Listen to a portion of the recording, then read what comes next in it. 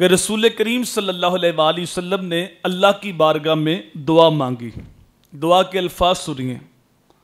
اللہم احینی مسکیناً، اے اللہ مجھے مسکین زندہ رکھ، وَأَمِتْنِي مِسْكِينًا، اور مجھے مسکینی کی حالت میں دنیا سے لے جا، وَاحْشُرْنِي فِي زُمْرَةِ الْمَسَاكِينَ، اور مجھے قیامت کے دن مساکین کی جماعت سے اٹھانا. جب یہ دعا حضور صلی اللہ علیہ وآلہ وسلم نے اللہ کی بارگاہ میں مانگی تو حضرت اماں عائشہ صدیقہ صدیق کائنات، محبوبہ محبوب کائنات رضی اللہ تعالی عنہا پاس تھیں. فقالت عائشہ تو لما یا رسول اللہ، آپ یہ دعا اللہ سے کیوں مانگ رہے ہیں؟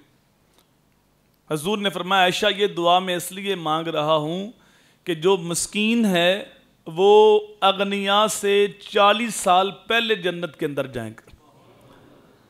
جو مسکین لوگ ہیں وہ مالداروں سے، اغنیاء سے 40 سال پہلے جنت کے اندر داخل ہوں گے.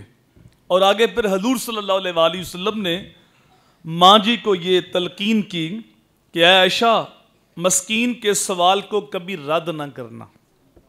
اگر مسکین تم سے سوال کرتا ہے، کچھ مانگتا ہے، تو اس کے سوال کو رد نہ کرنا، مسکین سے محبت رکھنا اور انہیں اپنے قریب کرنا.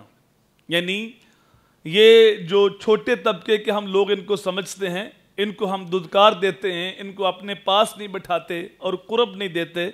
ہم اپنے سٹیٹس کے لوگوں کو ڈھونڈتے ہیں اور ان کے ساتھ ہی سیلفیاں لیتے ہیں. میرے حضور نے فرمایا عائشہ جو مساکین ہیں ان کو اپنے قریب کرنا، ان کو دور نہ کرنا. اگر تم قریب کرو گی فَإِنَّ اللَّهَ يُقَرِّبُكِ يَوْمَ الْقِيَامَةِ، میرا رب قیامت کے دن تجھے اپنا قرب عطا فرمائے گا. یعنی جو مسکینوں کو اپنے قریب کرتا ہے، اپنے نیڑے جگہ دیتا ہے، دل کے اندر ان کے بارے اچھے جذبات رکھتا ہے، تو اللہ تعالیٰ قیامت کے دن اس بندے کو اپنا قرب عطا فرمائے گا.